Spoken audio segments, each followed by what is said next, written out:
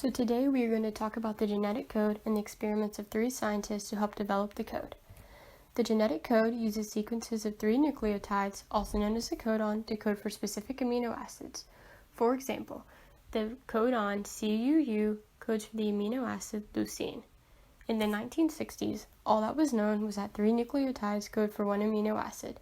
This is when Nierenberg and Mattei decided to figure out what 3-letter combinations code for each amino acid. In their experiment, they combined a long string of uracil nucleotides, cell-free extract, and amino acids. In each experiment, they used 20 test tubes and put each amino acid into a separate test tube along with the other 2 components. In each trial, they made one of the 20 amino acids radioactive, and then they varied the radioactive amino acid when they repeated the procedure. For example, in one trial, leucine may be radioactive, and in the next trial, proline is radioactive.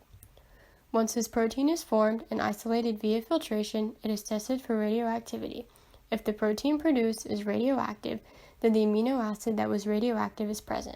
Therefore, the codon you started with codes for that particular amino acid.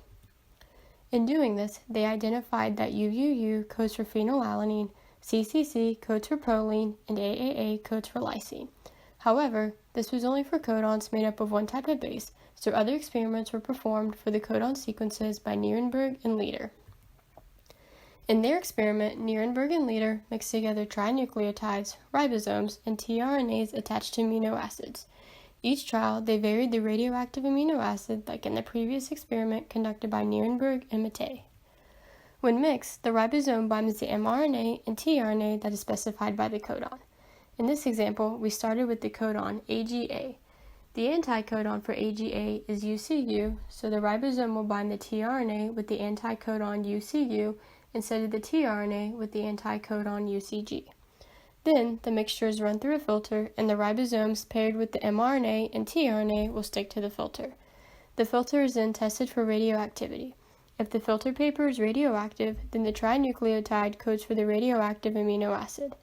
In this example, if the radioactive amino acid was arginine, abbreviated ARG, then the filter paper would be radioactive because the tRNA bound to the ribosome is attached to the amino acid ARG.